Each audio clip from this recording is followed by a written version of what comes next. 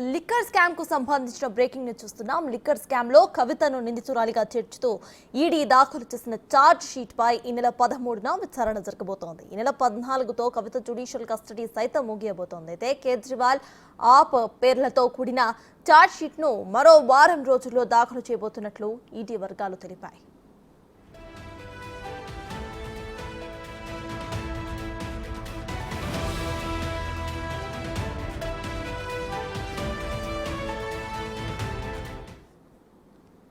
కవితకు సంబంధించి ఈడీ అధికారులు 224 పేజీలతో రౌజ్ అవెన్యూ ప్రత్యేక కోర్టుకు ఛార్జ్ షీట్ ను సమర్పించారు. కవిత కేసు దర్యాప్తు పత్రాలన్నీ కూడా ఒక ట్రంక్ పెట్టెలో దాచి కోర్టుకు తరలించారు. లిక్కర్ కేసు మొదలు ఇప్పటి వరకు కవితపై సేకరించిన ఆధారాల మేరకు ఛార్జ్ షీట్ లో అనేక అభియోగాలను నమోదు చేశారు.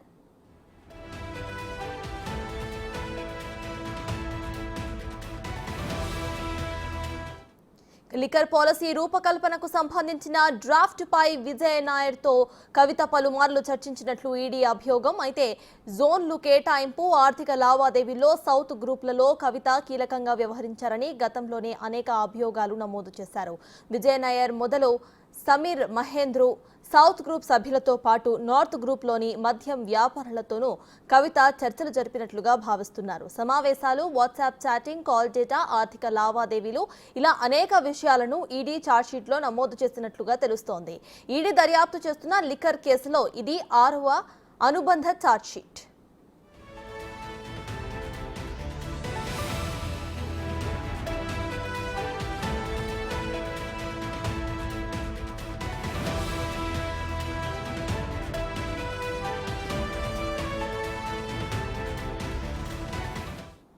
బీఆర్ఎస్ ఎమ్మెల్సీ కవిత, చరణ్ ప్రీత్ సింగ్, దామోదర్ శర్మ, ప్రిన్స్ కుమార్, అరవింద్ సింగ్లపై ఈడీ ఛార్జ్షీట్ దాఖలు చేసింది.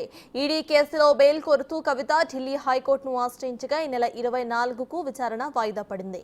సిబిఐ కోర్టులోనూ ఢిల్లీ హైకోర్టులో కవిత పిటిషన్ వేసింది.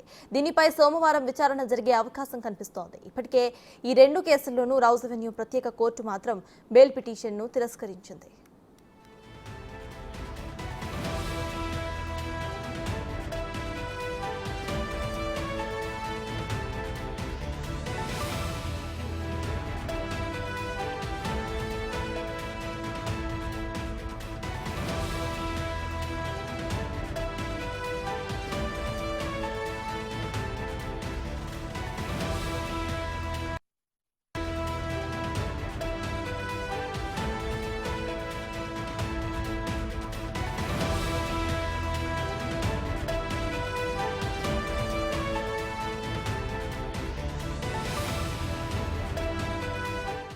లిక్కర్ స్కామ్ లో కవితను నిందితురాలిగా చేర్చుతూ ఈడీ దాఖలు చేసిన ఛార్జ్ షీట్ పై ఈ నెల 13న విచారణ జరగబోతోంది. ఈ నెల 14తో కవిత జ్యుడిషియల్ కస్టడీ సైతం ముగియబోతోంది. కేజ్రీవాల్ ఆ పేర్లతో కూడిన ఛార్జ్ షీట్ ను మరో వారం రోజుల్లో దాఖలు చేయబోతున్నట్లు ఈడీ వర్గాలు తెలిపాయి.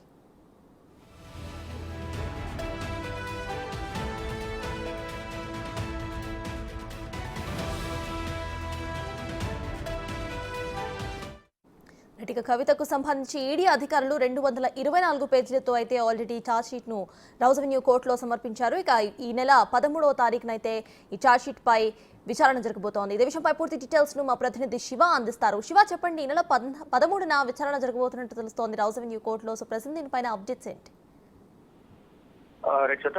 ఢిల్లీ లిక్కర్ స్కామ్ కేసులో ఈడీ కేసులో రౌజ్ అవెన్యూ ప్రత్యేక కోర్టులో నిన్న ఈడీ అధికారులు ఒక అదనపు ఛార్జ్ షీట్ ను దాఖలు చేశారు. ఢిల్లీ లిక్కర్ పాలసీలో కవితను నిందితురాలుగా చేస్తూ ఈ ఛార్జ్ షీట్ ను దాఖలు చేసినట్లుగా తెలుస్తోంది. 224 పేజీలతో కవితపై ఈడీ ఈ ఛార్జ్ షీట్ ను దాఖలు చేసింది. కవిత కేసుకు సంబంధించి దర్యాప్తు పత్రాలన్నీ నిన్న ఒక ట్రంక్ పెట్టెలో ఆ కోర్టుకు ఈడీ అధికారులు తరలించారు. ఢిల్లీ లిక్కర్ పాలసీ కేసు మొదలుకొని ఇప్పటి వరకు కవితపై ఈడీ దర్యాప్తులో సేకరించిన ఆధారాల మేరకు ఛార్జ్ షీట్ లో కవితపై అనేక అభియోగాలను నమోదు చేసినట్లుగా కూడా తెలుస్తుంది. అసలు ఆ ట్రంక్ పెట్లో ఏముంది అనేది ఒకసారి మనం చూసుకుంటే కనుక గతంలో ఏవైతే అభియోగాలు నమోదు చేశారో అభియోగాలకు సంబంధించి దాంట్లో దర్యాప్తు పత్రాల్లో అనేక విషయాలను మెన్షన్ చేసినట్లుగా కూడా తెలుస్తుంది. ఢిల్లీ లిక్కర్ పాలసీ రూపకల్పనకు సంబంధించిన డ్రాఫ్ట్ పై విజయ్ నాయర్ తో కవిత పలుమార్లు చర్చించినట్లుగా కూడా తెలుస్తోంది. దాంట్లో జోన్లు కేటాయింపులో కవిత కీలకంగా వ్యవహరించారని, ఆర్థిక లావాదేవీల విషయంలో సౌత్ గ్రూప్ లో కవిత 100 కోట్ల ముడుపులు అనేవి చేతులు తన కవిత పాత్ర ఉందంటూ కూడా ఈడీ అభియోగాలను గతంలో నమోదు చేసింది. విజయ్ నాయర్ మొదలుకొని సమీర్ మహేంద్ర గాని సౌత్ గ్రూప్ సభ్యులతో పాటు నార్త్ గ్రూప్ లోని మద్యం వ్యాపారులతో కవిత జరిపిన చర్చలు, సమావేశాలు, వాట్సాప్ చాటింగ్లు, కాల్ డేటా, ఆర్థిక లావాదేవీలకు సంబంధించిన అనేక విషయాలను ఈడీ ఈ ఛార్జ్ షీట్ లో నమోదు చేసినట్లుగా కూడా ఈడీ వర్గాల నుంచి అయితే మనకు సమాచారం అందుతోంది.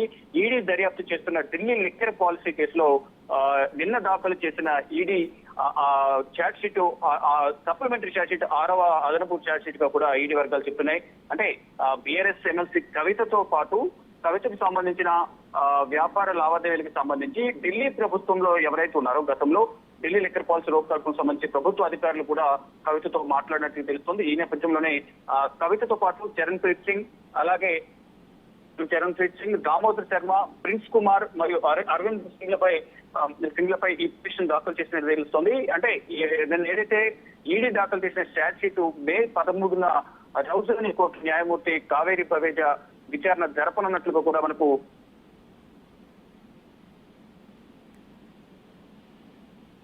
వ్యవహారం అంతా కూడా కవిత కీలకంగా వ్యవహరించి ఆర్థిక లావాదేవీలు కూడా కవిత చేతుల మీదుగా ఢిల్లీ సీఎం అరవింద్ కేజ్రీవాల్ అలాగే మనీష్ సిసోడియాకు వెళ్ళాయి. ఈ డబ్బును 2022 గోవా ఎలక్షన్ లో వినియోగించారు, అక్కడ ప్రచార కార్యక్రమాలకు వాడుకున్నారు అనేది ప్రధానంగా ఈడీ అభియోగాలు నమోదు. దానిలో భాగంగానే నిన్నైతే ఏదైతే 6వ అదనపు సప్లిమెంటరీ ఛార్జ్ షీట్ దాఖలు చేశారో ఈ ఛార్జ్ షీట్ లో కవిత పాత్రపై కవిత కీలకంగా వ్యవహరించారు, సౌత్ గ్రూప్ లో కింగ్ పిన్ గా వ్యవహరించారు అనేది ప్రధానంగా ఈడీ అభియోగాలు నమోదు చేస్తూ నిన్న దాఖలు చేసిన 224 పేజీల ఛార్జ్ షీట్ లో మెన్షన్ చేసినట్టు తెలుస్తుంది. ఇక 14వ తేదీతో కవిత జ్యుడిషియల్ కస్టడీ కూడా ముగిపోతుంది. మరోవైపు బెయిల్ పిటిషన్ బెయిల్ కోరుతూ కూడా ఇటు ఈడీ సిబిఐ కేసుల్లో ఢిల్లీ హైకోర్టును ఆశ్రయించారు. సిబిఐ కేసులో సోమవారం విచారణకు వచ్చే అవకాశం కనిపిస్తుంది. ఇక ఢిల్లీ ఈడీ కేసులో మాత్రం తదుపరి విచారణ మే 24కు వాయిదా వేశారు. మొత్తంగా కవిత భవితవ్యం అనేది ఈ 224 పేజీలలో నిక్షిప్తమై ఉంది. మొత్తం కవిత వ్యవహరించిన తీరు గాని, కవిత ఎవరెవరితో మాట్లాడారు, ఎవరెవరి దగ్గర ఎంత సొమ్ము ముడుపుల రూపంలో తీసుకున్నారు, దానికి ప్రతిఫలంగా కవిత వారికి జోన్లు ఎన్ని కేటాయించారు అనే దానిపై కూడా మొత్తంగా ఈ ఛార్జ్ షీట్ లో 224 పేజీల అదనపు ఛార్జ్ షీట్ లో ఈడీ అధికారులు నమోదు చేసినట్టుగా కూడా మనకు తెలుస్తోంది. Right, thank you Shiva.